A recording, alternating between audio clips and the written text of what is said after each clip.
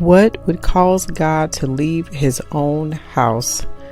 We've been talking about that in this 10-part series. If you're curious about what that is, stay tuned. And the men did so, and took 2 milk cows and hitched them to the cart and corralled their calves at home. They put the ark of the Lord on the cart and the box containing the golden mice and the replicas of their tumors. And the cows went straight toward Beth Shemesh along the highway, lowing as they went, and did not turn away to the right or the left. And the Philistine lords, governors, followed them to the border of Beth Shemesh. Now the men of Beth Shemesh were gathering their wheat harvest in the valley, and they looked up and saw the ark and rejoiced to see it. The cart came into the field of Joshua of Beth Shemesh and stopped there. A large stone was there, and the men split up the wood of the cart for firewood, and offered the cows as a burnt offering to the Lord. The Levites had taken down the ark of the Lord and the box beside it, in which were the articles of gold, and put them on the large stone. And the men of Beth Shemesh offered burnt offerings and made sacrifices that day to the Lord.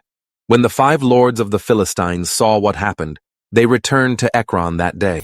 So the Philistines have to return the ark. Okay, so they send the ark on their own cows, and they send it off to Israel. But what really happens there is they put the ark on these cows and they send the cows off, and they're basically saying if the cows come, because they specifically separated the cows from their calves, and so normally if you separate a cow from its calf, it's going to go back to its calf. And so they're basically saying if these cows don't go back to their calves and they actually go to Israel, then we know for a fact that it was their God that did this, and we definitely needed to repent. If not, then we'll know it's all in our mind, we're good. But what really happens is those cows, of course, go to Israel. They take the ark to Israel.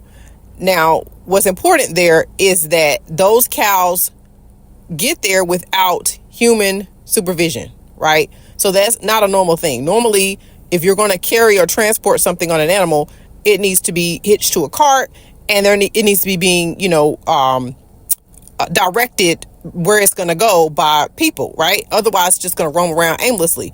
And so it goes to a specific destination of Israel.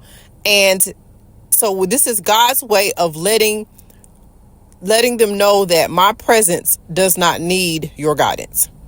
And this is so important because this is full circle, because this is how the ark got removed. The ark got removed because the people decided they were going to guide it, right, and take it where they want it to go. And it was their way of saying, we're going to use the presence of God to do what we want to do.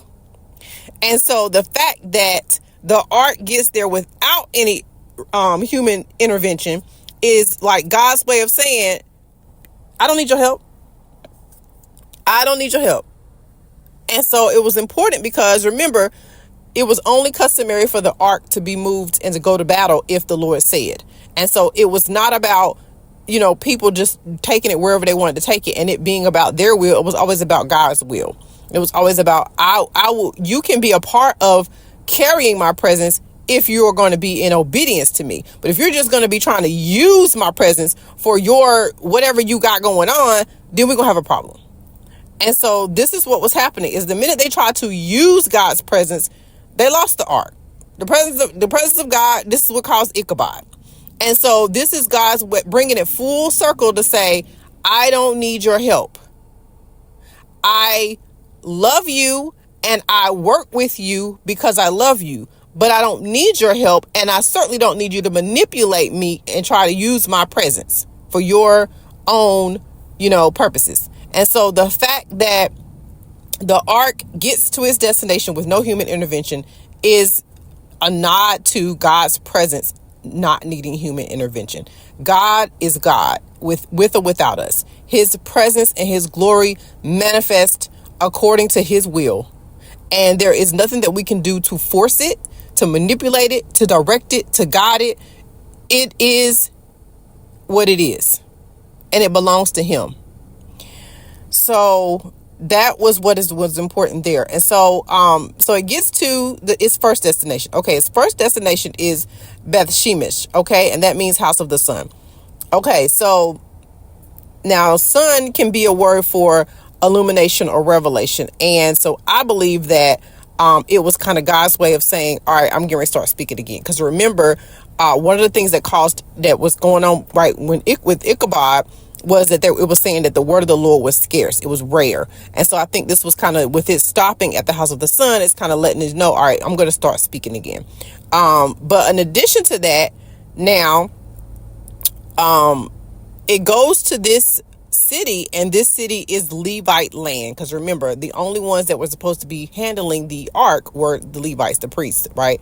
The ones from the Levi lineage. And so it goes to this Levite land. Okay, unfortunately, it gets to the land, and some people try to look inside the ark. And so it's like an illustration that even though this is the lineage that I said would be able to handle the ark, right? These are the ones that will be the priests. They are illustrating that nothing has changed, and they still don't know how to reference me. They still don't know how to honor me. The Lord struck down some of the men of Beth Shemesh because they had looked into the ark of the Lord. He struck down 70 men among the people, and the people mourned because the Lord had struck the people with a great slaughter. The men of Beth Shemesh said, "Who is able to stand before the Lord, this holy God? And to whom shall he go up from us?" So they sent messengers to the residents of Kiriath Jearim, saying, "The Philistines have returned the ark of the Lord. Come down and take it up to you." So the men of Kiriath Jearim came and took up the ark of the Lord and brought it into the house of Abinadab on the hill, and they consecrated Eleazar his son to care for the ark of the Lord. And from that day the ark remained in Kiriath Jearim for a very long time, for it was 20 years, until the reign of King David. And all the house of Israel lamented, wailed, and grieved after the... And so the ark goes there, and it's like it's giving them an opportunity to show, have you changed? And they make it clear they haven't. It's like, remember when we were talking about previously, you get an opportunity to add new evidence to the case, and they didn't add no new evidence. They just confirmed, yep, they don't need to be handling the ark. They still don't know how to honor God, and that privilege needs to be revoked from them. So then the ark gets moved again, and it goes to another city in Israel. And the second city is a city that it means city of woods or forests.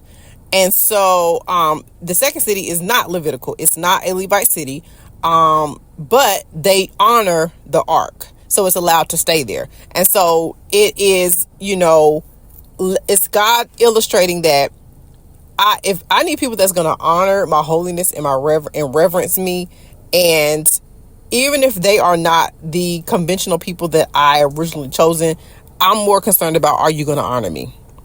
And it's the same thing like I was saying with David and Saul. Saul wasn't trying to honor God, and it was like, okay, I can't with you. We're gonna redirect this honor to David. And so that's what's happening here, is that the second city is, they're not even Levites. They're not even Levites, but they show the ark the honor that it deserves. And so the ark stays there, and it stays there until David, many, many years in the future, until David comes in and retrieves it. Okay, so this is important because, again, the original home and the original place that the ark was supposed to be was in the house of God. So now the ark has been returned to Israel, but it's residing at a city that the house of God is not there. And so it still has not returned to its home. And so I was looking it up, like, why did it not get returned back to the house of God?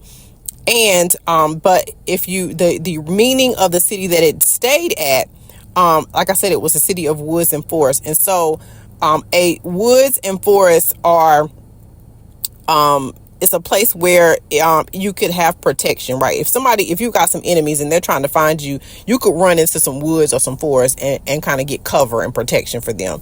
And so it represented a place of protection, but also a place of preparation and a waiting place. And remember, I was telling you, the Lord was telling me, he kept saying we're in a waiting season, we're on hold and things like that. And so the presence of God stays in this waiting season, this holding season.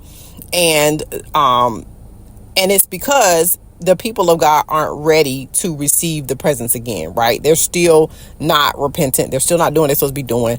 And so it's like God has his presence in this waiting season. And so this is important because the waiting area is a whole city. And so that's important because I believe that represents God's remnant, because God's remnant right now is in a waiting season. You guys have been watching this channel and you know I have been in a holding pattern, in a waiting season, waiting on God for literally years. And it's not just me. There are so many other remnant believers that have been in a waiting season. They've been waiting for God to do something, and God has shown them protection and favor in that season. And he has they have seen his presence in that season, and he was just letting me know that that's where his presence is right now. It's with his remnant in a waiting season, because it is not the people of God, the church of God's not ready for the presence to come back, because still some shenanigans going on. The same shenanigans that was going on that caused God to be kicked out of his own house,